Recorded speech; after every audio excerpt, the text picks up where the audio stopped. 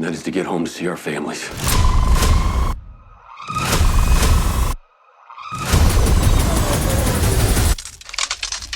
You just gotta hold on.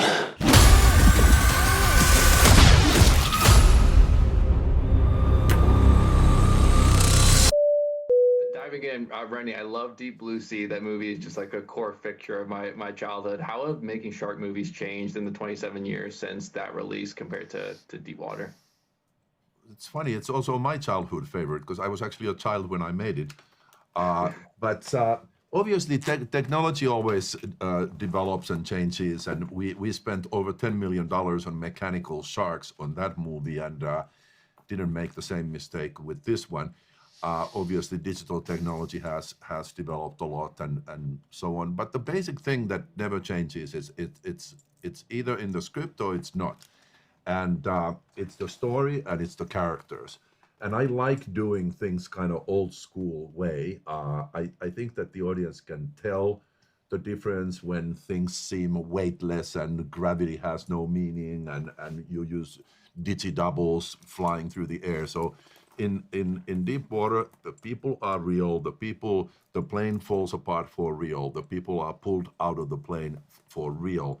And so in that sense, nothing has changed. And if anything, I just try to pay attention to the characters and the personal stories more than ever, because I think that's why people go to the movie theater. They of course, partially they go there for the spectacle and for the action and all the big visuals, but what they really want is to feel something when they are watching the story.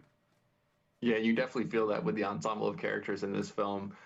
Gene, I wanted to ask, given that this is the first film production from Simmons Hamilton Productions, what made this the perfect film to kick things off for the production company? Well, personally, I'd like to say that I don't want to be involved with anything that's not extraordinary. Why be ordinary?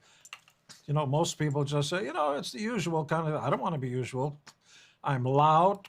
I take up more space than other people. I suck up more oxygen. I don't want to be a regular person.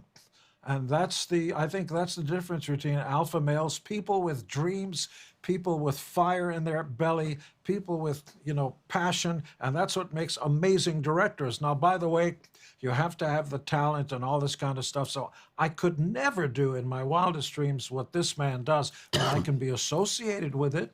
So once you recognize that a script has legs, has quality, and as they say, gravitas, works, is more than just action and reaction and thrills and chills, that it's got people and the human condition, the sadness, the happiness, the mirth, all that stuff, along with all the thrills and chills. You go, oh, I'm going to get involved in this. I think we can get some money. And the money people start to get excited, and the creative people and the cinematographers and all that. And then Sir Ben Kingsley, Academy Award-winning actor, comes on board and says, I'm interested in Aaron Eckhart. But they all wait, because the great actors of the world are going to want to know one thing: who's directing? They are not going to put their reputation and their lives on the line for some schmecklehead who doesn't know what he's doing. Renny Harlin, I'm in. And so it's a director's medium. I'm so proud of this film. I've seen it a few times alone and with audiences with Renny. Man, that's as much fun as I can imagine with my pants on.